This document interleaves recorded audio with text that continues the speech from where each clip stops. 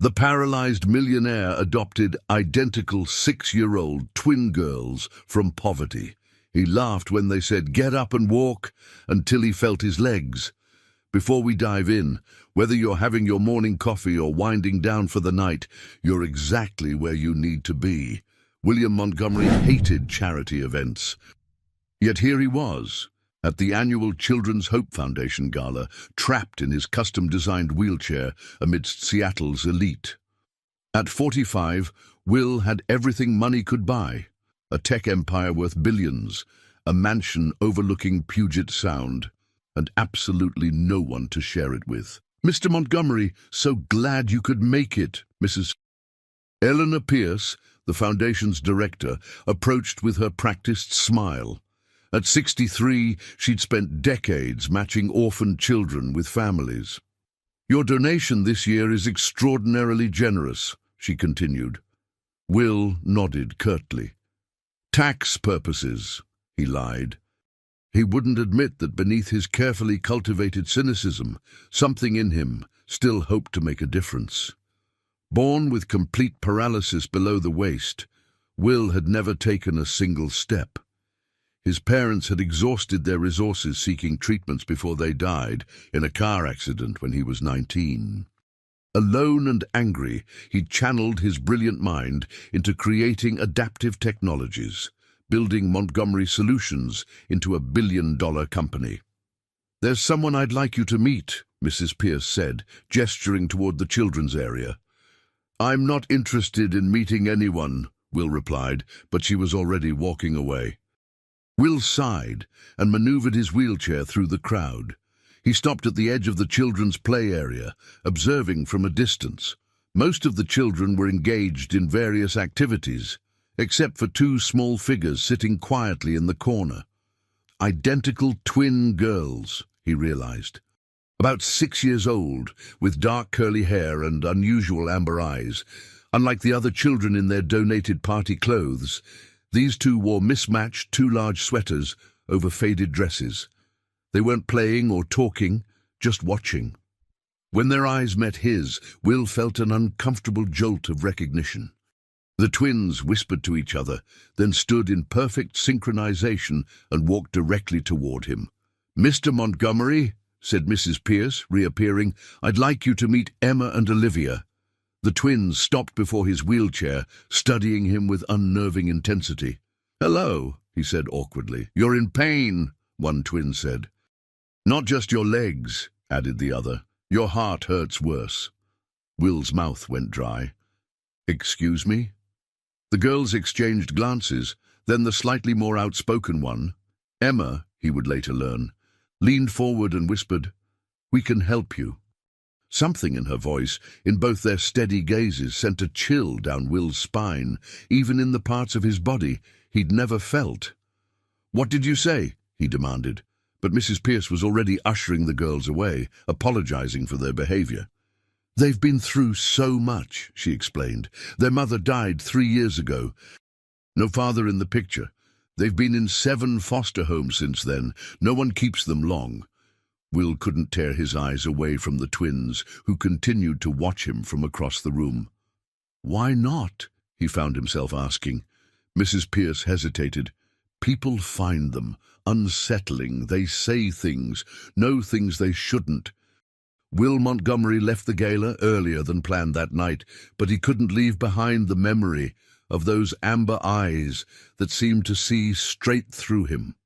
Rebecca Johnson had worked as William Montgomery's personal assistant for 10 years, and in all that time she'd never seen him so disturbed. "You want to what?" she asked, certain she'd misheard. "I want information on those twins from the gala," Will repeated, not looking up from his computer. "Everything you can find." "May I ask why?" Will finally met her gaze. "Because I can't stop thinking about them."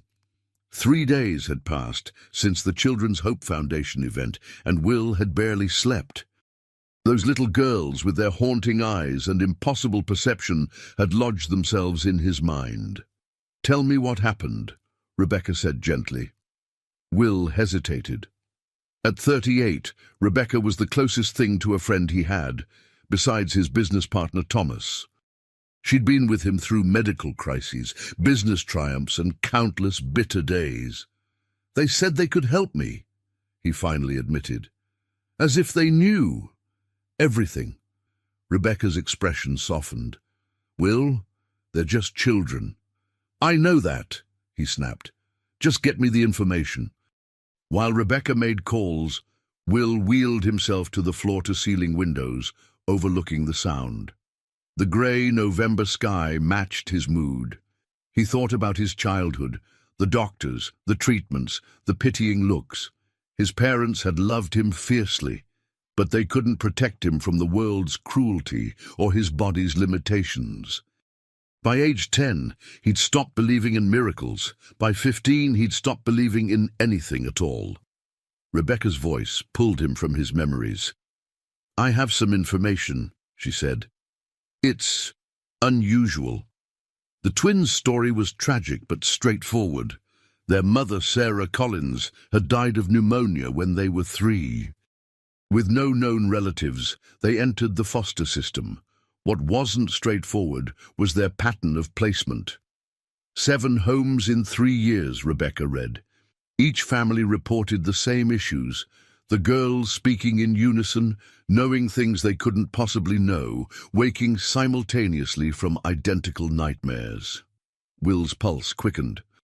"What else?" "They were homeless for several months this year. A shelter took them in during the summer, but they're back in the system now, currently waiting for placement." Will stared at the rain streaking his windows. "I want to meet them." "Meet them?" Rebecca echoed. "Will, what are you thinking?" He wasn't entirely sure himself. "Just arrange it." 2 days later, Will sat in Mrs. Pierce's office at the Foundation headquarters. The social worker's surprise had been evident when he'd requested a meeting about Emma and Olivia. "I'm curious what your interest might be, Mr. Montgomery," she said cautiously. Will had prepared for this. "My foundation is considering a special grant for children with unusual needs." Mrs. Pierce nodded slowly. "The Collins twins certainly qualify. Brilliant, according to their test scores, but deeply traumatized by their mother's death and subsequent instability." "Tell me about their mother." Sarah Collins was a nurse at Harborview Medical Center, by all accounts devoted to her daughters. Some colleagues mentioned she had unusual beliefs, alternative healing practices. Will leaned forward. "What happened to her?" "She refused conventional treatment for pneumonia. By the time she was hospitalized, it was too late." A knock interrupted them. The door opened, and the twins entered, still moving with that eerie synchronization. Today they wore identical blue dresses, their curly hair pulled back in matching headbands. When they saw Will, they smiled. Not the smile of ordinary children, but something knowing, almost ancient. "We knew you'd come," they said together. "How did you know I'd come?" Will asked, watching the twins carefully. Mrs. Pierce intervened. "Girls, Mr. Montgomery is here to—" "He's here because of what we said," Emma interrupted, her amber eyes fixed on Will. "He wants to know if we meant it," Olivia added softly. Will felt a chill again. "And did you?"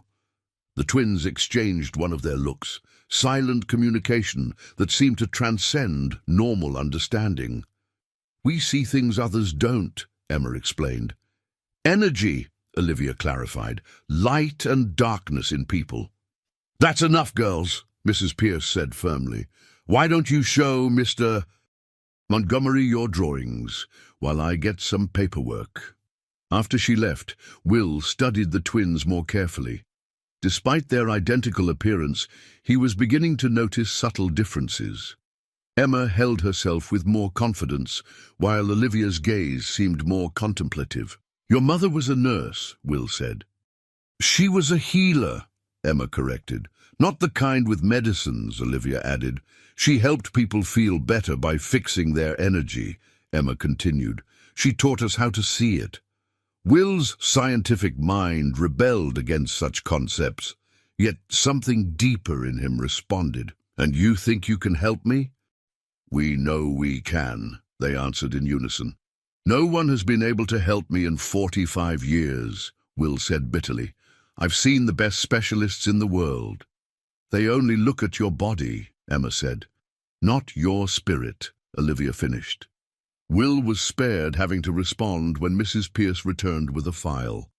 She spent the next 20 minutes explaining the twins' situation, their difficulty in placements, their special educational needs, their occasional behavioral issues.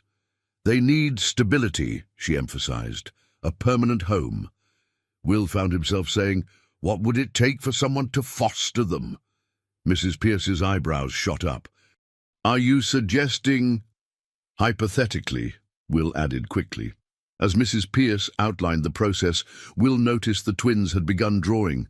When they finished, they silently handed him their pictures. 2 identical drawings of his mansion, a place they'd never seen, with 3 figures standing in front, a tall man and 2 small girls. The man wasn't in a wheelchair. Will's heart pounded. How did you... We told you, Emma said simply. We can see things. That evening, Will sat in his home office, the twins' drawings spread before him. Rebecca stood nearby, concern etched on her face. You can't seriously be considering this, she said. I'm not, Will replied automatically, but they both knew it was a lie. You know nothing about raising children, let alone twins with, whatever issues they have. I have a 12-bedroom house, Rebecca, more money than I could spend in 10 lifetimes, and they have no one. This isn't about charity, Rebecca observed. It's about what they said to you. Will didn't answer. Will, there are no miracles. You know that better than anyone. But later that night, alone in his bedroom, Will found himself doing something he hadn't done since childhood, wondering if perhaps he might be wrong about that. The next morning he called Mrs. Pierce. I'd like to have Emma and Olivia visit my home, he said, to see if it might be a good fit. 3 days later, the twins arrived with Mrs. Pierce for their first visit to the Montgomery mansion. As they stepped from the car, both girls stared up at the massive glass and steel structure with identical expressions of recognition. It's just like we drew it, Emma whispered. Because we've been here before, Olivia added, in our dreams. Will felt that unsettling chill again, stronger this time, like standing at the edge of something vast and unknown. Welcome, he said simply, and wheeled himself back to allow them entry into his home, and though he didn't realize it yet, into his carefully guarded heart. The twins moved through Will's modernist mansion with curious familiarity, pointing out features they couldn't possibly know about. Your bedroom is upstairs, but you have an elevator, Emma said, pointing to the discreet panel in the wall that most visitors never noticed. And a special bathroom with rails, Olivia added. Mrs. Pierce gave Will an apologetic look. The girls have very active imaginations. But Will knew it wasn't imagination. Somehow these children knew things, impossible things. Rebecca had arranged a lunch of children's favorites, grilled cheese sandwiches and tomato soup, served in the rarely used sunroom overlooking the garden. Will watched as the twins ate neatly, their manners surprisingly refined for children who had spent time homeless. "Did your mother teach you to eat like that?" he asked. "Yes," Emma answered. "She said being poor was no excuse for forgetting dignity." The simple statement, delivered in a child's voice but with adult understanding, struck Will deeply. Despite his wealth, he recognized something in these children that he understood intimately: the determination to maintain dignity in the face of hardship. After lunch, Mrs. Pierce suggested the twins explore the garden while she discussed logistics with Will. "This is highly unusual, Mr. Montgomery," she said, once they were alone. "Single men rarely apply to foster children, especially ones with special circumstances." "I understand that," Will replied, "but I have resources most foster parents don't. I can provide them with everything they need." "Children need more than material things, Mr. Montgomery. They need time, attention, stability. I work from home. My schedule is flexible, and I don't think they'll find more stability elsewhere given their history.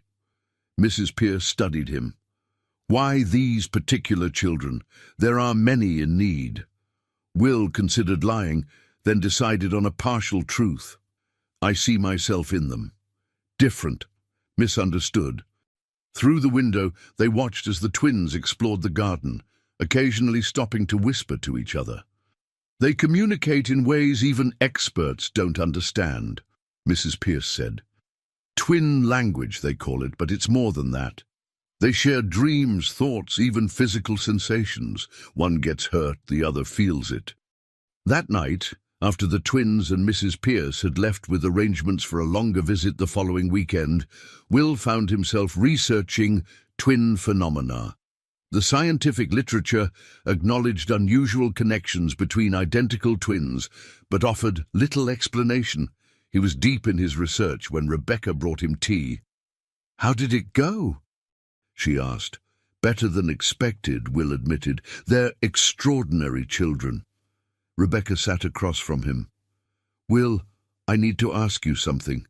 Are you considering this because you genuinely want to help these girls, or because you're hoping they can somehow help you?"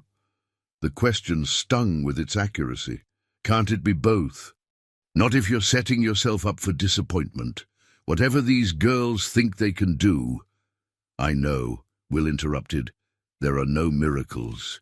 But later, in the darkness of his bedroom, Will remembered the drawing of himself standing. Something long dormant stirred inside him, hope, that most dangerous of emotions.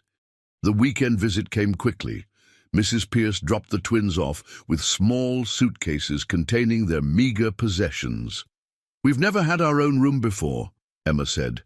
As Rebecca showed them the guest suite Will had hastily converted into a bedroom, with 2 twin beds and age-appropriate furniture. "Not since Mommy," Olivia clarified. That first night, Will was awakened at 2 a.m. by the house security system alerting him to movement. The cameras showed the twins, still in their matching pajamas, sitting in the grand living room in perfect stillness. Will took the elevator down and wheeled himself into the room. "Can't sleep?" he asked gently. "We're listening to the house," Emma explained. "It has sad places," Olivia added, "like you do." "Houses don't have feelings," Will said automatically. The twins looked at him with that disconcerting wisdom. "Everything has feelings," Emma said. "Most people just forget how to hear them." "Our mommy could hear them," Olivia said softly. That's how she knew how to fix people. Will hesitated, then asked the question that had been burning inside him. How did she fix them? "She helped them remember," Emma said. "Remember what?" "That they're more than just bodies," Olivia explained. "Bodies listen to what we believe about them." "And what do I believe about mine?" Will asked, somehow knowing they would have an answer. "That it betrayed you," they said in perfect unison. "But it didn't. It's waiting for you to trust it again." The following morning, Will found himself watching the twins with new fascination.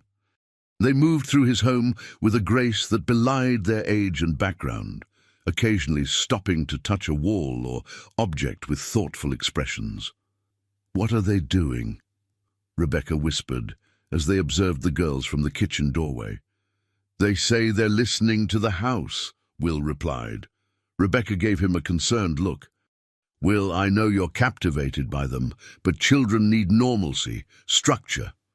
"They've never had normal," Will pointed out. 7 foster homes, Rebecca. Homelessness. These aren't ordinary children looking for an ordinary life. By Sunday evening, Will had made his decision. After the twins went to bed, he called Mrs. Pierce. "I want to begin formal fostering procedures," he said without preamble. There was a long pause before she answered. "Mr. Montgomery, while I appreciate your interest, I need to be certain you understand what you're taking on. These children have special needs that go beyond the typical. I understand that. Do you?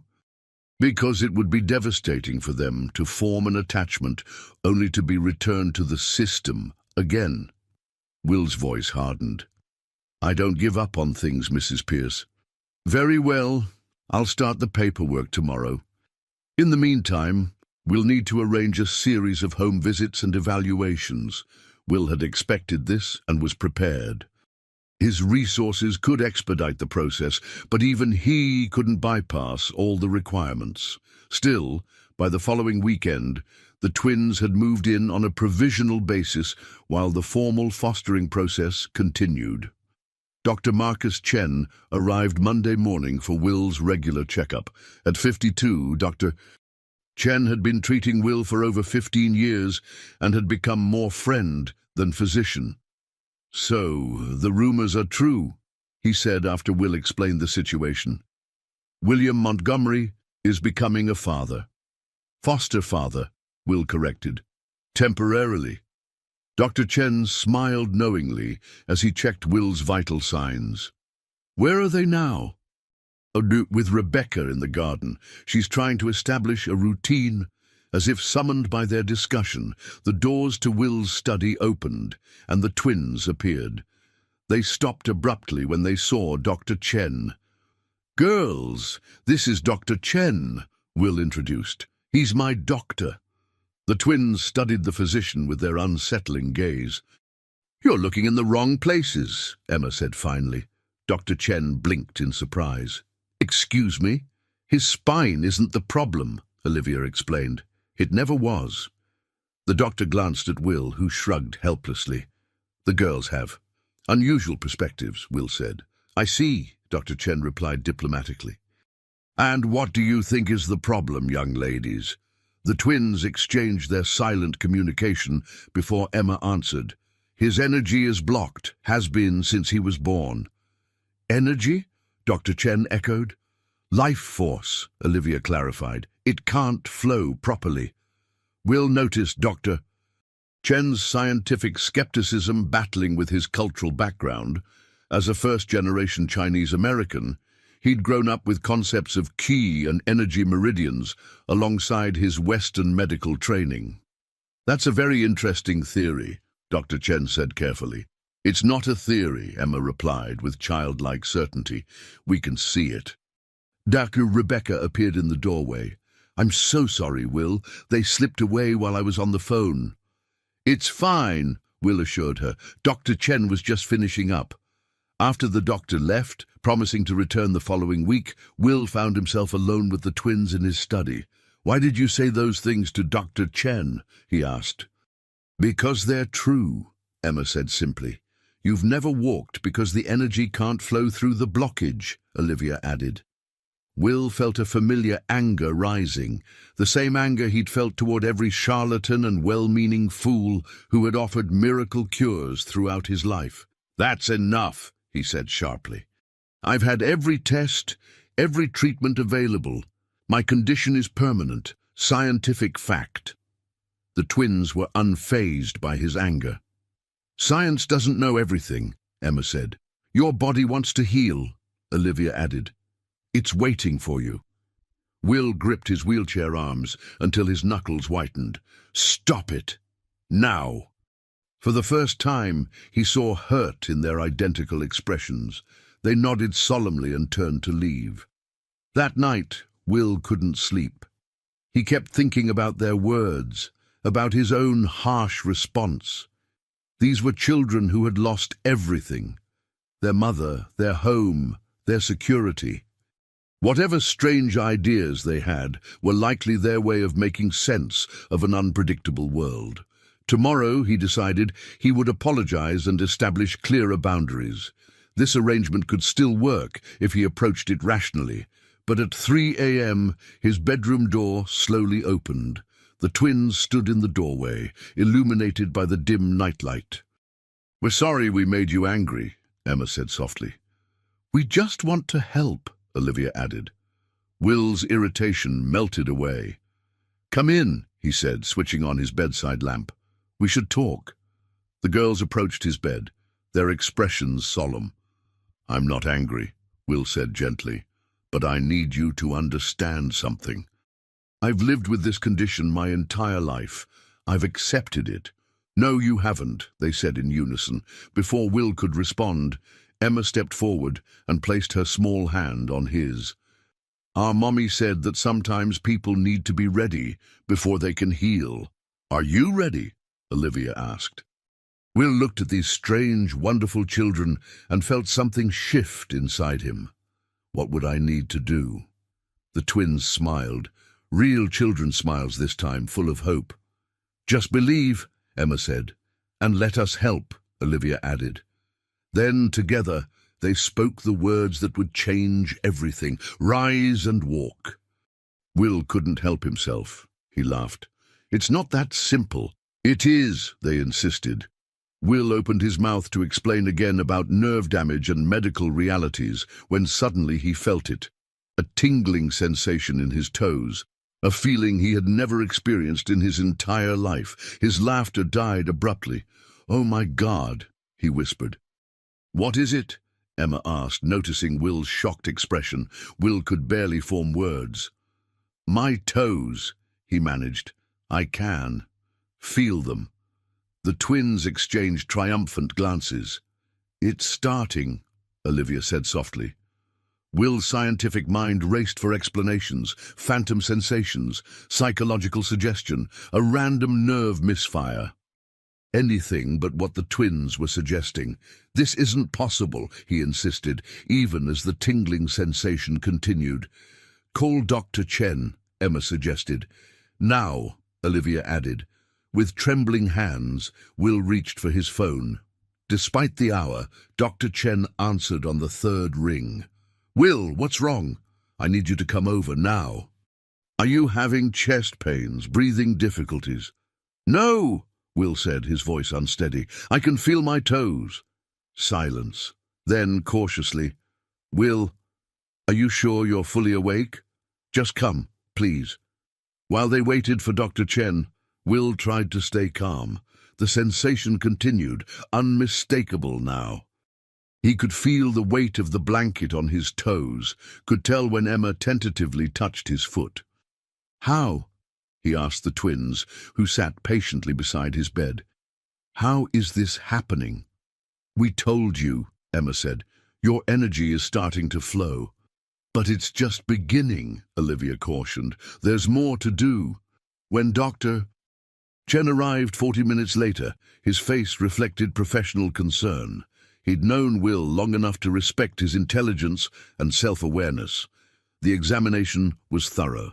Dr. Chen tested reflexes, sensation, and response in Will's lower extremities. His expression grew increasingly bewildered. There is definitely some nerve response, he finally admitted. It's minimal, but it's there. This shouldn't be possible. But it is, Emma said confidently. Dr. Chen looked at the twins with new interest. What exactly did you do? We didn't do anything yet, Olivia explained. We just helped him start believing. This is medically impossible, Dr. Chen insisted. Nerve regeneration doesn't happen spontaneously, especially not after 45 years of complete paralysis. Maybe it's not the nerves, Emma suggested. Maybe it's something else, Olivia added. Dr. Chen frowned. What do you mean? The twins looked at each other, then at Will. Can we tell him about Mommy? Emma asked. Will nodded, still dazed by the impossible sensations in his extremities. Our Mommy could see energy, Emma began, the life force in people. When it got stuck or blocked, people got sick, Olivia continued. She could help unstick it. She was a nurse, Emma added, but that was just her job. Her real work was healing. Dr. Chen listened with scientific skepticism but growing curiosity. And she taught you to do this. She was teaching us, Olivia corrected, before she got sick. But we can see it, Emma said. We always could. And she pointed at Will, has been blocked since he was born. Not his spine, Olivia emphasized, his energy. By morning, Will's house had become a flurry of activity. Dr. Chen had called colleagues, neurologists and specialists who arrived with equipment and skepticism in equal measure. The twins watched calmly as Will underwent tests in his home medical suite. Rebecca managed the household chaos while watching Will with concern. "How are you feeling?" she asked when they had a moment alone. "Terrified," Will admitted. "Either I'm experiencing a medical miracle or I'm losing my mind." "The tests confirm sensation," Rebecca reminded him. "That's real." Will nodded. "But what does it mean? And how is it possible?" The preliminary results were baffling to the medical team. Will's nerve pathways showed increased activity, but there was no clear medical explanation for the change. When the doctors finally left, promising more tests and consultations, Will found himself alone with the twins in his study. The girls had been remarkably patient throughout the examinations, answering questions simply but revealing little. "I need to understand," Will said. "Please." The twins sat across from him, suddenly looking very much like the 6-year-old children they were, tired from the long day but determined. "Our mommy explained it like this," Emma began. "Everything alive has energy flowing through it. Like rivers," Olivia added. "When the river gets blocked by rocks or logs, the water can't flow." "And the land downstream gets dry and sick," Emma continued. "But if you clear the blockage, the water flows again, and everything comes back to life." Will shook his head, struggling to reconcile their childish metaphors with what was happening to his body. "But what's blocking my energy?" The twins exchanged one of their looks. "Fear," they said together. "Fear of what?" Will demanded. "Of believing," Emma said. "Of hoping," Olivia added. "Of being hurt again," they finished in unison. Will felt exposed, as if these children could see every painful moment of his life, every failed treatment, every dashed hope, every wall he'd built around his heart. "And you can fix this?" he asked, his voice barely audible. "Not alone," Emma said. "You have to help," Olivia explained. "How?" "By remembering who you really are," they said together. "Before you decided you were broken." That night, as Will lay in bed contemplating the impossible events of the past 24 hours, he found himself doing something he hadn't done in decades: praying. Not to any specific deity, but to whatever force might exist beyond his understanding. The sensation in his toes remained, neither increasing nor fading. A miracle or a cruel joke, a beginning or a false hope. As dawn broke, Will made his decision. Whatever was happening, whatever impossible thing these children believed they could do, he would embrace it fully. After a lifetime of bitter acceptance, he would choose hope. When Rebecca arrived that morning, Will was waiting for her with the twins beside him. "Call Mrs. Pierce," he said firmly. "Tell her I'm not just fostering Emma and Olivia. I want to adopt them." Rebecca's eyes widened. "Will, are you sure? With everything that's happening, I've never been more sure of anything." Will interrupted. "Whatever happens with my condition, these girls belong here, with me." The twins beamed at him with identical smiles, their amber eyes shining with a joy that transcended their years. "We knew you'd say that," Emma said happily. "We've been waiting for you our whole lives," Olivia added, and for the first time since he could remember, William Montgomery felt something unfamiliar bloom in his chest, not just hope, but the warm certainty of coming home. The adoption process moved swiftly, accelerated by Will's resources and determination. Mrs. Pierce remained cautiously supportive, conducting weekly visits to monitor the unusual family's progress. Meanwhile, Will's medical team was baffled by the continuing changes in his condition. The sensation had spread from his toes to his entire feet, then slowly up his calves. Dr. Chen brought in specialists from across the country, each leaving more confused than when they arrived. "There's no medical explanation," Dr. Eliza Warren, a leading neurologist from Johns Hopkins, admitted after a full day of tests. "By all scientific understanding, this shouldn't be happening." "But it is," Will replied simply. The twins observed the medical proceedings with quiet confidence. They never interfered with the tests, but maintained their own parallel approach to Will's recovery. Each morning before dawn, they would come to his room. Together, they would place their small hands on his legs and speak softly about energy pathways and blockages. Will couldn't understand most of what they described, but he felt the warmth spreading through his limbs during these sessions. "What exactly are you doing?" he asked one morning, as the strange tingling intensified.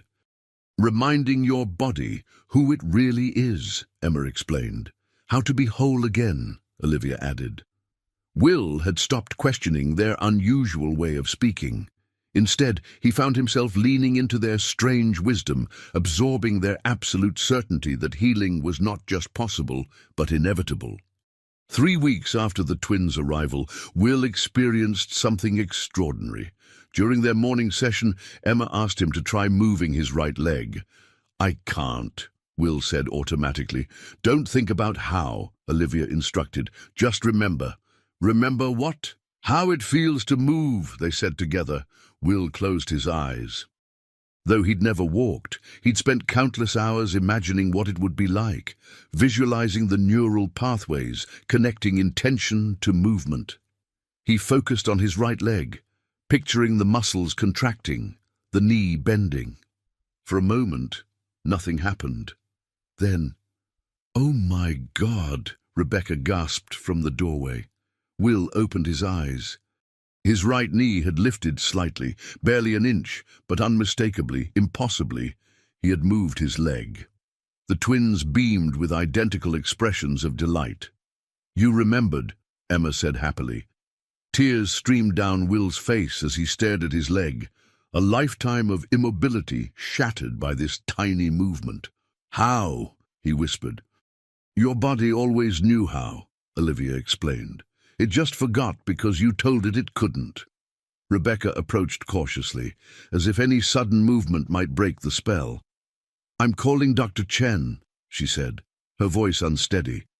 Within hours, Will's bedroom had transformed into a medical research center. Doctors crowded around his bed, observing as he demonstrated his new ability, small, deliberate movements of both legs. "This defies everything we know about paralysis," Dr. Warren said, reviewing the latest test results.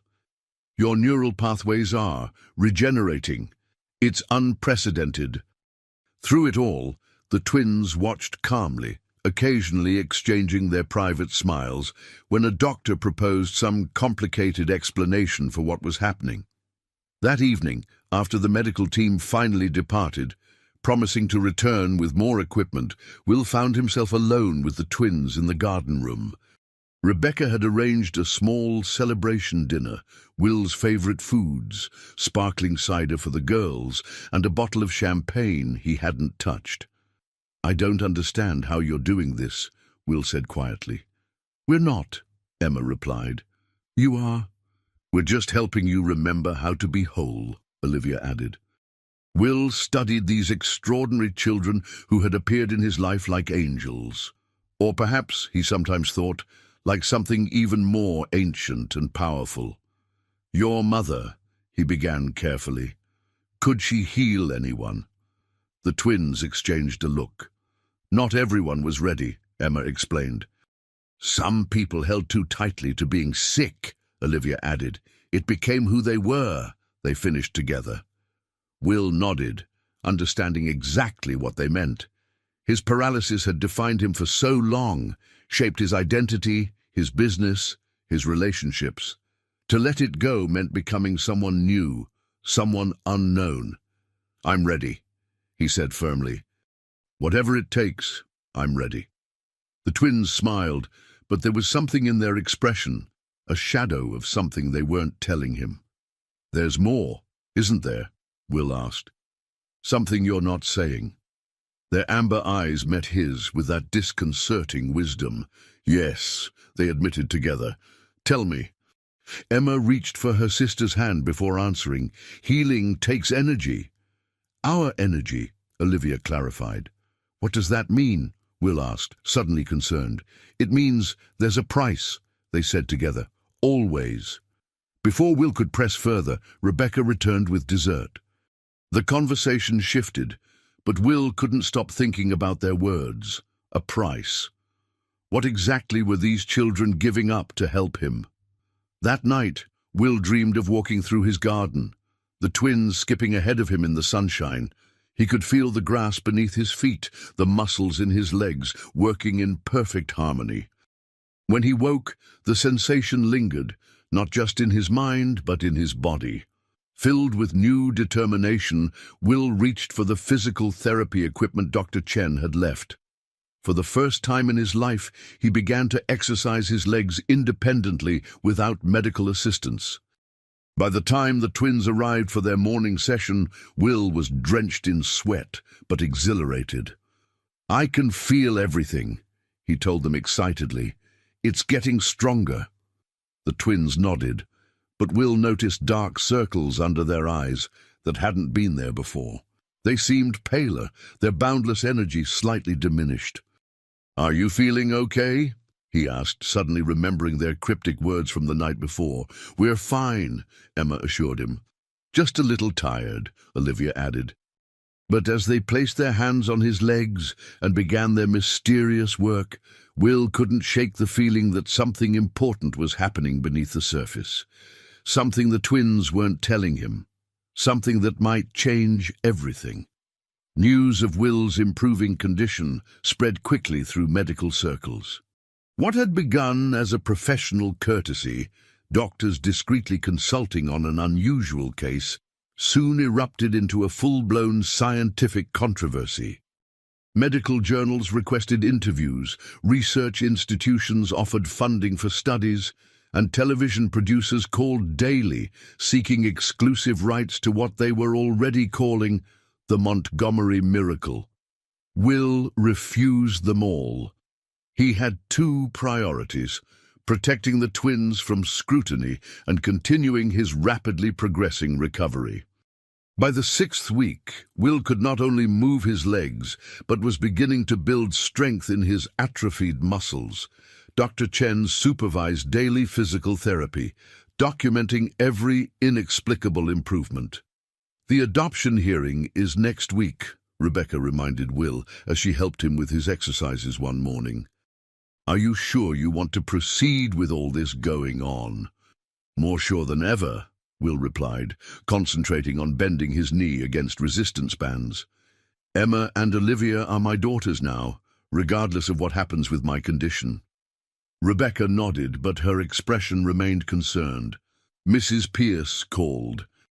"There are questions being raised about the girl's involvement in your treatment." Will's jaw tightened. "What kind of questions?" "Child Services is concerned about possible exploitation. Some of the doctors have reported the girl's claims about healing energy. It's raising red flags." "That's ridiculous," Will snapped. "They're not being exploited. If anything, I'm worried they're giving too much of themselves." The twins had continued to show subtle signs of fatigue. Their boundless energy had diminished, replaced by periods of unusual quietness. They still performed their morning ritual with Will, but afterward would often nap for hours. Behavior Dr. Chen confirmed was atypical for children their age. When Will questioned them, they deflected with practiced skill, changing the subject or speaking in their cryptic metaphors about energy flowing between all living things. That afternoon, a neuropsychologist arrived to evaluate the twins as part of the adoption process. Dr. Sarah Jenkins was a specialist in child development with a particular interest in twins. Will watched anxiously as she interviewed Emma and Olivia in his sunroom, their small faces serious as they answered her questions. "They're extraordinary children," Dr. Jenkins told Will afterward. "Their cognitive development is years beyond their age, especially in certain areas. But what?" Will prompted when she hesitated. "They show signs of what we might call magical thinking, beliefs about their abilities to affect physical reality in ways that aren't possible. That's not unusual in children who've experienced trauma, but the extent of their shared belief system is remarkable." Will chose his words carefully. What if their beliefs aren't entirely magical thinking? Dr. Jenkins raised an eyebrow. You mean your recovery? Can you explain it? No, she admitted. But there are many phenomena science doesn't yet understand. That doesn't mean we should default to supernatural explanations. What will your report say about the adoption? Dr. Jenkins considered. That they're intelligent, well-adjusted children despite their trauma, with a strong bond to you. And that whatever beliefs they may have about healing energy, those beliefs aren't harmful to their development. Will exhaled with relief. Thank you. After Dr. Jenkins left, Will found the twins in their bedroom, sitting cross-legged on their beds, eyes closed as if meditating. Girls, he said softly. They opened their eyes simultaneously. We did good, Emma stated. She's going to help us stay, Olivia added. Will entered the room, maneuvering his wheelchair beside their beds. Though he could now move his legs, he still lacked the strength to walk independently. I need to ask you something important, he said, and I need you to tell me the complete truth. The twins nodded solemnly. Is helping me hurting you in some way? Their amber eyes widened slightly, the first time Will had truly surprised them. Not hurting, Emma said carefully. Just using our energy, Olivia clarified. But it's making you tired, Will pressed. I can see it. The twins exchanged their silent communication before Emma spoke again. Our mommy told us that all healing requires exchange. Nothing is free, Olivia added. What exactly are you giving me? Will asked, his throat tight with sudden fear. Just some of our life force, Emma explained, as casually as if discussing sharing a sandwich. It grows back, Olivia assured him, like when you give blood. Will felt cold despite the warm room. And if you give too much? The twins didn't answer immediately, their expressions suddenly very childlike and vulnerable. Mommy gave too much once, Emma finally said, her voice small. She was sick for a long time after, Olivia added. Is that how she died? Will asked gently. The twins shook their heads. She got sick with regular sick, Emma explained, but she was already weak from helping Mr. Peterson walk again. She couldn't fight the pneumonia, Olivia finished. Will's heart pounded as the implications became clear. The twins weren't just helping him, they were potentially sacrificing their own health, perhaps even risking their lives. No more, he said firmly. No more healing sessions. It's not worth risking your health. The twins looked alarmed. But you're getting better, Emma protested. You're so close, Olivia added urgently. I don't care, Will replied. Nothing is worth putting you in danger. But we want to help you, they said together, their eyes filling with tears. Will reached out, taking one small hand from each twin. You already have, he said gently. You've given me more than I ever thought possible, but more importantly, you've given me a family. That's enough. The twins stared at him, their expressions shifting from disappointment to something like wonder. You're choosing us, Emma whispered. Over walking, Olivia added. Will nodded, his own eyes wet with tears. Every time. The adoption hearing was scheduled for a Tuesday morning in late March. Will arrived at the courthouse surrounded by his support team, Rebecca, Dr. Chen, and Mrs. Pierce, who had become an unexpected ally in the process. The twins sat beside him in matching blue dresses, their curly hair neatly braided. In the 2 weeks since Will had halted their healing sessions, the girls had regained their vibrant energy. The shadows beneath their eyes had disappeared, replaced by healthy color and childlike exuberance. They still whispered their secret communications, still displayed their uncanny perception, but they no longer seemed to be carrying a burden too heavy for their small shoulders.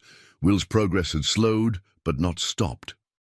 The sensation and mobility he had regained remained, and traditional physical therapy was gradually strengthening his atrophied muscles.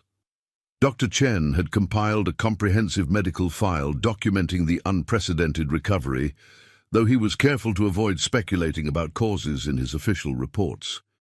Judge Marilyn Sanderson, a veteran of family court with 30 years' experience, reviewed the case with careful neutrality. Will had expected questions about his disability, his ability to care for children, but instead the judge focused on his resources, support system, and emotional connection to the twins. "Mr. Montgomery," she said finally, "this is an unusual case in many respects. A single man with a significant disability seeking to adopt twins with a troubled placement history. However, the reports from child services, medical experts, and educational assessments all indicate that this placement has been remarkably successful." Will held his breath as the judge continued.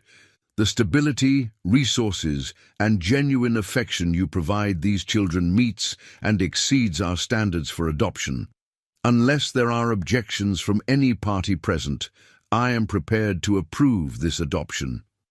Mrs. Pierce stood. "Your Honor, as the children's caseworker, I fully support this adoption.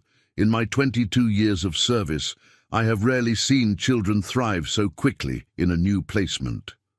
Judge Sanderson nodded. "Then, by the power vested in me by the state of Washington, I hereby declare Emma and Olivia Collins to be legally adopted, with their names changed to Emma and Olivia Montgomery. Congratulations to your new family." The twins beamed with identical expressions of joy, their amber eyes shining with tears. They hugged Will, then each other, then everyone within reach. "We're a real family now," Emma said, her voice wobbling with emotion. "Forever," Olivia added. As they left the courthouse, Will noticed a small group of reporters gathered on the steps. News of his condition had leaked, despite their best efforts at privacy. "Mr. Montgomery," called one reporter, rushing forward, "is it true you're experiencing a miraculous recovery from lifelong paralysis?" "Did these children really predict you would walk again?" asked another. Will hesitated, then spoke carefully. "My medical condition is private. What isn't private is my joy at officially becoming a father today. These remarkable girls are now Emma and Olivia Montgomery, and that's the only miracle I care to discuss." Rebecca quickly ushered them to the waiting car, shielding the twins from the cameras and questions. "That won't be the end of it," she warned as they drove away. "This story is too sensational to ignore. Billionaire adopts mysterious twins, suddenly begins to recover from lifelong paralysis. The media will be relentless." Will nodded grimly. "We'll increase security at the house. No interviews, no statements beyond what I just gave." The twins listened to this exchange with unusual seriousness. "People will want to know how you're getting better," Emma observed. "They'll want us to help them too," Olivia added. "I won't let anyone bother you," Will promised. "Your only job is to be children, to play and learn and grow." "But we're not like other children," they said together. Will smiled at them fondly. "No, you're certainly not. But you deserve a childhood all the same." That evening, they celebrated with a small party at home. Thomas Harrington, Will's business partner and oldest friend, joined them, bringing extravagant gifts for the twins and a bottle of 30-year-old scotch for Will. "To new beginnings," Thomas toasted, raising his glass.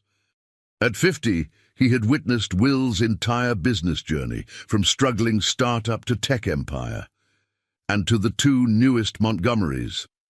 Later, after the twins had gone to bed, Thomas lingered in Will's study. "They're extraordinary children," he observed. "Not just the weird healing thing, but their minds, their perception." Will nodded. "They see the world differently." "And you?" Thomas asked carefully. "How are you really doing with all this?" Will considered the question. "Transformed," he said finally. "Not just physically, but everything has changed, Thomas. For the first time in my life, I'm not defined by what I can't do. The doctors still have no explanation. None that makes scientific sense, but I've stopped looking for explanations and started accepting possibilities. Thomas studied his old friend. You know, all those years we spent building Montgomery Solutions, I thought you were driven by ambition. But it was always about control, wasn't it? Controlling your environment, your destiny. Will smiled ruefully. And now I've learned to let go, to trust in something I can't understand or control. Fatherhood will do that to you, Thomas said with a laugh. Wait until they're teenagers. The next morning, Will woke to find the twins sitting at the foot of his bed, watching him with their unsettling intensity. Is everything okay? He asked, immediately concerned. We've been thinking, Emma began. About your legs, Olivia continued. Will frowned. We discussed this. No more healing sessions. We know, they said together, but we had a dream. The same dream, Emma clarified. About how to help you without hurting us, Olivia finished. Will sat up, intrigued despite his caution. What kind of dream? Mommy came to us, Emma said simply. She showed us a better way. A safer way, Olivia added. To finish what we started, they concluded together. Will studied their earnest faces, torn between hope and fear. I won't risk your health, he said firmly. Not for anything. That's why it will work, Emma explained cryptically. Because you love us more than walking, Olivia added. That changes everything, they said in unison. Explain this dream, Will said, his curiosity overcoming his caution. The twins settled more comfortably on his bed, their expressions animated for the first time in weeks when discussing his recovery. Mommy said we were doing it wrong, Emma began. Using our energy instead of connecting energies, Olivia clarified. It's like... Emma paused, searching for words a child could use to explain something beyond adult understanding. Like we were giving you our batteries instead of showing you how to recharge your own. Will frowned. And this new method would be safer for you. We don't give you anything, Olivia explained. We just show your body how to remember. Like teaching instead of doing, Emma added. Will considered their explanation. And your mother showed you this in a dream? The twins nodded solemnly. She's still watching over us, Emma said. She was worried we'd give too much, Olivia added. Despite his scientific skepticism about dream visitations, Will couldn't dismiss the twins' conviction. Their previous methods, however inexplicable, had produced undeniable results. If, and I mean if, we try this, Will said carefully, how would I know it's not draining you? We'd do it together, Emma suggested. You, me, and Olivia. You'd feel what we feel, and Dr. Chen could check us before and after, Olivia added practically. Will smiled at their thoughtfulness. Let me think about it, he promised. Later that day, Dr. Chen arrived for Will's regular physical therapy session. After assessing Will's progress, which continued to baffle and impress the medical team, Dr. Chen mentioned the increasing media interest. Johns Hopkins wants to publish a case study, he said. Harvard Medical is requesting tissue samples. The Mayo Clinic has offered full access to their regenerative medicine department. Will sighed. And what would you recommend as my doctor and my friend? Dr. Chen considered carefully. As your doctor, I'd say the scientific community deserves to study your case. What's happening to you could potentially help countless others with spinal injuries. And as my friend? As your friend, I'd say follow your instincts. You've got something remarkable here, not just your recovery, but those children. Trust whatever process is working for you. Will nodded. The twins want to try again. A different approach they say their mother showed them in a dream. Dr. Chen raised an eyebrow. And you're considering it. They believe it won't drain their energy this time. Would you be willing to monitor them, check their vital signs before and after? Of course, Dr. Chen agreed. When? Tomorrow morning, Will decided. Their usual time. That night, Will could barely sleep. He alternated between hope and anxiety. Hope that the twins' new method might complete his healing, anxiety that they might harm themselves despite their assurances. When dawn finally broke, he was already awake, staring at the ceiling. Right on schedule, there was a soft knock at his door, and the twins entered in their matching pajamas, followed by Dr. Chen carrying monitoring equipment. "Good morning," Will said, trying to sound calmer than he felt. "Doctor." Chen attached small sensors to the twins' wrists and temples, connecting them to a portable monitor. "These will track heart rate, blood pressure, brain activity and oxygen levels," he explained. "If anything changes significantly, we'll stop immediately." The twins nodded, seemingly unconcerned as they climbed onto Will's bed. This time, instead of placing their hands on his legs, they each took one of his hands. "Close your eyes," Emma instructed. "And listen with your heart, not your ears," Olivia added. Will complied, feeling slightly foolish, but determined to follow their guidance. For several minutes, nothing happened. Then slowly, he became aware of a subtle vibration passing through their joined hands. It wasn't physical exactly, more like the awareness of electricity before touching a metal doorknob. "Can you feel that?" Emma asked softly. "Yes," Will whispered. "That's your energy," Olivia explained. "It's always been there." "Now feel ours," they said together. The vibration changed, becoming more distinct, like a musical note joining a single tone to create harmony. "We're showing your body how energy should flow," Emma said. "Not giving you ours," Olivia emphasized. "Just teaching." Will felt warmth spreading from their joined hands, up his arms, through his chest, and down into his legs.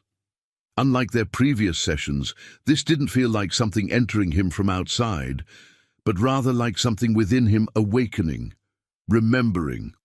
Dr. Chen watched the monitors closely. "Heart rate stable," he reported. "Brain activity synchronizing, but within normal parameters." The sensation continued to build, flowing through Will's body like a gentle current. When it reached his legs, he gasped. The tingling was stronger than ever before, but different. Not the pins and needles of returning sensation, but a solid, grounded feeling of connection. "Try moving now," Emma suggested. Without opening his eyes, Will focused on his legs. They responded immediately, bending at the knees, then straightening. No hesitation, no weakness, just normal, natural movement. "Oh my God," Dr. Chen breathed. Will opened his eyes to see his legs moving smoothly under the blankets, as if they had never been paralyzed. The twins were still holding his hands, their amber eyes watching him with perfect confidence. "How do you feel?" Olivia asked. "Complete," Will answered truthfully. "Like I've found something I never knew was missing." Dr. Chen checked the monitors again. "The girl's vital signs are completely normal," he reported. "No signs of stress or depletion." The twins beamed. "See," Emma said happily. "Mummy was right. Teaching is better than giving," Olivia added. Will squeezed their hands gently. "Thank you," he said, his voice thick with emotion. "Try standing," they suggested together. Will hesitated. Despite the extraordinary progress, he hadn't attempted to bear his full weight yet. The physical therapists had warned about rushing this stage, about the risk of falls and injuries after a lifetime of muscle atrophy. "Are you sure?" he asked. The twins nodded confidently. Slowly, Will moved to the edge of the bed. With Dr. Chen hovering nearby, ready to catch him, he placed his feet on the floor. The sensation was intense. The coolness of the hardwood, the pressure against his soles. He took a deep breath and pushed himself upright. For one perfect moment, William Montgomery stood on his own 2 feet for the first time in his 45 years of life. Then his knees buckled. Dr. Chen caught him before he could fall, helping him back to the bed. "That was incredible," he said, But your muscles still need time to strengthen. Will nodded, not discouraged. He had stood. Actually stood. The rest was just practice and patience. The twins watched with identical expressions of satisfaction. "It's working," Emma said. "Just like Mommy showed us," Olivia added. "But slowly," they cautioned together, "one step at a time." Spring arrived in Seattle with an explosion of cherry blossoms and new beginnings. 3 months had passed since the twins had officially become Montgomerys, and life in the mansion had transformed as dramatically as the season. Will progressed from standing with support to walking short distances with a walker. His medical team documented every milestone with scientific precision, though they had long since abandoned conventional explanations for his recovery. Most had settled into a respectful agnosticism about the cause while focusing on supporting the effect through traditional physical therapy. The press continued to circulate rumors about the Montgomery miracle, but Will's privacy measures held firm. No reporters breached the estate's security, and no details leaked from the medical team. The public remained fascinated but uninformed, allowing the new family to bond in relative peace. The twins flourished in their new life. Their academic assessments placed them years ahead of their peers, prompting Rebecca to arrange for private tutoring rather than conventional schooling. They remained unusual children, still speaking in unison, still displaying uncanny perception, but they also began to show more typical childish behaviors. They developed an obsession with butterflies, demanded ice cream after dinner, and occasionally even argued with each other. On a warm April afternoon, Will sat in the garden watching the twins chase butterflies among the flower beds. He still used a wheelchair for longer periods, but today he sat in a regular garden chair, savoring the sensation of grass beneath his feet. Rebecca joined him, carrying iced tea. "They seem so normal today," she observed, nodding toward the girls. Will smiled. "They contain multitudes." "The adoption attorney called," Rebecca said. "All the final paperwork is complete. They're officially, irrevocably yours." "No, I'm theirs," Will corrected gently. "They chose me, remember?" Rebecca studied him. "You know, in all the years I've worked for you, I've never seen you happy until now." "I wasn't," Will admitted. "Successful, yes, accomplished, certainly, but not happy." The twins spotted them talking and ran over, their cheeks flushed with exertion. "Daddy!" they called in unison, a title that still sent a thrill through Will's heart every time he heard it. "We need butterfly books," Emma announced. "And nets," Olivia added, "gentle ones that won't hurt them." "We want to learn all the species," they explained together. Will laughed. "I think we can arrange that." As the twins raced off again, Rebecca shook her head in amazement. "It's like they've forgotten they have supernatural healing powers." "They haven't forgotten," Will said. "They're just being children too." The twins continued their morning sessions with Will, though they had evolved into something more like guided meditation than healing. Together, they would sit in quiet connection, synchronizing their energy in the way Sarah Collins had apparently taught her daughters before her death. Will's medical team, led by Dr. Chen, continued to document his progress while respecting the twins' privacy. The scientific papers they eventually published focused on the physiological changes rather than speculating on causes, describing Will's case as spontaneous neural regeneration of unknown etiology. In early May, Dr. Chen brought news of a breakthrough in understanding Will's condition. "We've been analyzing your genetic samples," he explained during a private consultation. "There's a rare mutation in your KF1A gene that affects neuronal transport." "In English, please," Will requested. "Essentially, the signals from your brain were always capable of reaching your legs, but there was a blockage in the transmission process. Something, and I'm not saying it was the twins' energy work, but something, has bypassed that blockage. So I wasn't permanently damaged? Will asked, trying to process this information. Your spinal cord and nerves were always intact, Dr. Chen confirmed. The pathway was just dormant. Will thought about the twins' consistent explanation, that his energy was blocked, not broken. They knew, he said softly. Somehow, they knew. That evening, Will shared Dr. Chen's findings with the twins during their bedtime routine. They listened with matching expressions of polite interest, as if hearing confirmation of something they had always known. That's what we told you, Emma said simply. Your energy was stuck. Not broken, Olivia emphasized. But how did you know? Will pressed. Even the doctors didn't understand my condition until now. The twins exchanged one of their looks. We just see it, Emma explained. Like colors around people, Olivia added. Mommy called it auras, they said together. She taught us how to read them. Will had long since stopped questioning the twins' abilities. Whether it was some form of heightened perception, genuine psychic capability, or simply extraordinary intuition, didn't matter. The results were undeniable. Well, Dr. Chen thinks I'll be able to walk normally within a few more months, Will told them. My muscles are getting stronger every day. The twins nodded, unsurprised.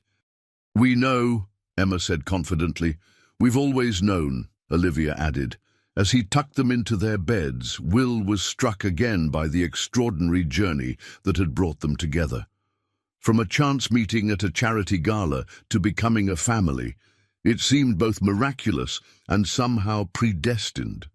Good night, my miracle twins, he said softly, kissing each girl on the forehead. Good night, Daddy, they replied in unison. As Will turned to leave, Emma called out, Daddy, there's something we need to tell you. Will turned back, instantly alert to the serious tone in her voice. What is it? The twins sat up in their beds, their amber eyes solemn in the soft glow of their nightlights. We didn't just happen to be at that gala, Olivia said quietly. We asked Mrs. Pierce to take us, Emma continued, because we saw you in our dreams, they said together. Will felt a chill of recognition. Before we met? They nodded. For months, Emma confirmed. We saw you sad and alone, Olivia explained, and we knew we could help you, they finished together. Will moved back to sit between their beds. You dreamed about me before we met, he repeated, trying to make sense of this revelation. Mommy comes to us in dreams, Emma explained. She told us you needed us, Olivia added. And we needed you, they concluded. Will's scientific mind struggled with this concept, but his heart, the heart that had been transformed by these extraordinary children, accepted it without question. I think, he said carefully, that some things in this world are beyond our understanding. And I'm okay with that. The twins smiled, relieved by his acceptance. We knew you would be, they said together. That's why you were chosen. 1 year to the day after the Children's Hope Foundation Gala, where they first met, Will stood at the edge of his garden without support, watching the twins chase butterflies through beds of summer flowers. His recovery had progressed beyond anyone's expectations, even Dr. Chen's increasingly optimistic projections. At 46, William Montgomery had been reborn. His body, once a prison of immobility, now moved with increasing strength and confidence. His heart, once isolated behind walls of bitter resignation, now expanded with love for the two small miracles who had changed everything. They look happy, Thomas observed, joining Will on the garden path. He had become a frequent visitor and an enthusiastic uncle figure to the twins.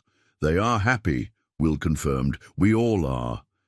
The board wants to know when you're coming back full-time, Thomas said, though his tone suggested he already knew the answer. Will smiled. Montgomery Solutions is in excellent hands with you as CEO. I'll consult when needed, but my priority is right here. He nodded toward the twins, who had discovered a particularly vibrant butterfly and were following it with reverent concentration. "I never thought I'd see the day when William Montgomery chose family over business," Thomas said, though there was no judgment in his voice, only wonder at his friend's transformation. "Neither did I," Will admitted. "But then, I never thought I'd see the day I could stand on my own 2 feet either."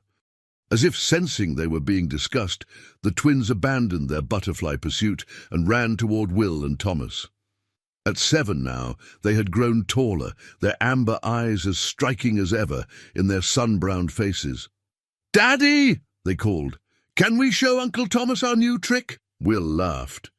"As long as it doesn't involve making anything levitate, I think Thomas has had enough supernatural experiences for one lifetime."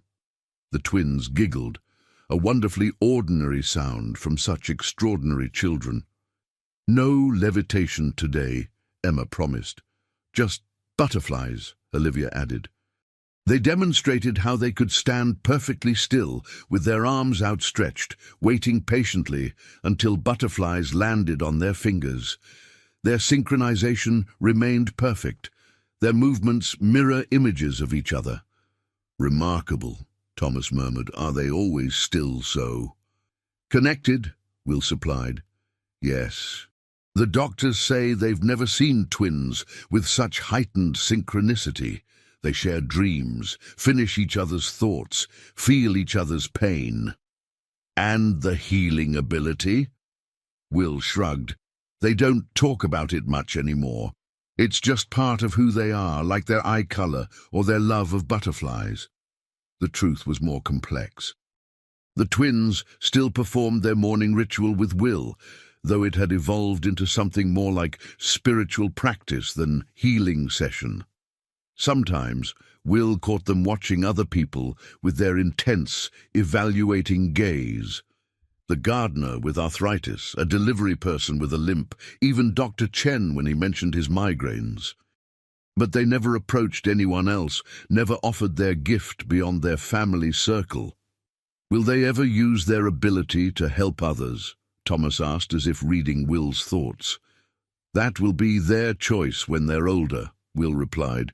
"For now, they deserve a childhood, something they never really had until now." As the afternoon light began to fade, Rebecca called from the terrace that dinner was ready. The twins ran ahead, while Will and Thomas followed more slowly. "I have something to show you," Will said, stopping Thomas with a hand on his arm. "Something I haven't shown anyone yet." Thomas raised an eyebrow questioningly. Will took a deep breath, then did something he had been practicing in private for weeks. He broke into a jog, running several yards along the garden path before returning to Thomas with a triumphant smile. Thomas stared in amazement. "My God, Will." "I've been working up to it," Will explained, slightly out of breath but exhilarated. "The physical therapists say it's unprecedented. Does anyone else know?" Will shook his head. "Just you. And the twins, of course. They always know. I'm planning to surprise Rebecca and Dr. Chen tonight." "They'll be thrilled," Thomas said, clearly moved by his friend's achievement. At dinner, the extended family gathered around the table. Will, the twins, Rebecca, Thomas, and Dr. Chen, who had become a close friend through the extraordinary journey of the past year. The conversation flowed easily, punctuated by the twins' enthusiastic descriptions of their butterfly discoveries. When dessert was served, Will caught the twins' eyes and received their slight nods of encouragement. He stood, raising his glass for a toast. "1 year ago today, my life changed forever when 2 remarkable little girls told me I could be healed. I didn't believe them then. Why would I? I'd spent 45 years accepting the impossible couldn't happen." He looked at each person around the table. "But Emma and Olivia taught me the most important lesson of my life, that what we believe creates our reality. They saw possibilities where everyone else, including me, saw limitations." Will set down his glass and stepped away from the table. "And so, on this anniversary, I want to share something with all of you." With that, William Montgomery walked a complete circle around the dining table, his gait steady and confident. Rebecca gasped. "Doctor."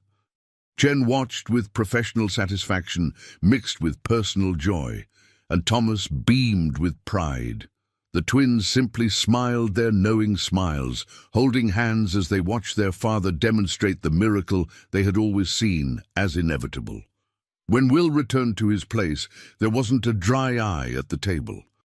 He knelt between the twins' chairs, gathering them into a tight embrace. "Thank you," he whispered, "for everything." "We knew you could do it," Emma said, her small hand touching his cheek. "You just needed to remember how to believe," Olivia added. Later that night, after the celebrations had ended and the house grew quiet, Will stood at the twins' bedroom door, watching them sleep. In repose, they looked like any other children, peaceful, innocent, unburdened by the extraordinary gifts they carried. As he turned to leave, Will noticed something on their dresser, a framed drawing he hadn't seen before. He moved closer to examine it in the dim nightlight. It was the picture they had drawn on the day of their first meeting. His house, with 3 figures standing in front. But now there was something new added to the drawing, butterfly-like figures hovering around the 3 people, drawn in vibrant colors. Beneath the picture, in careful childish handwriting, were the words, "Our family, whole again." Will touched the drawing gently, his heart full of gratitude for the miracle of second chances, for the mystery of healing, and for the 2 extraordinary children who had seen possibility where others saw only limitation. "Whole again," he whispered. "Yes, we are."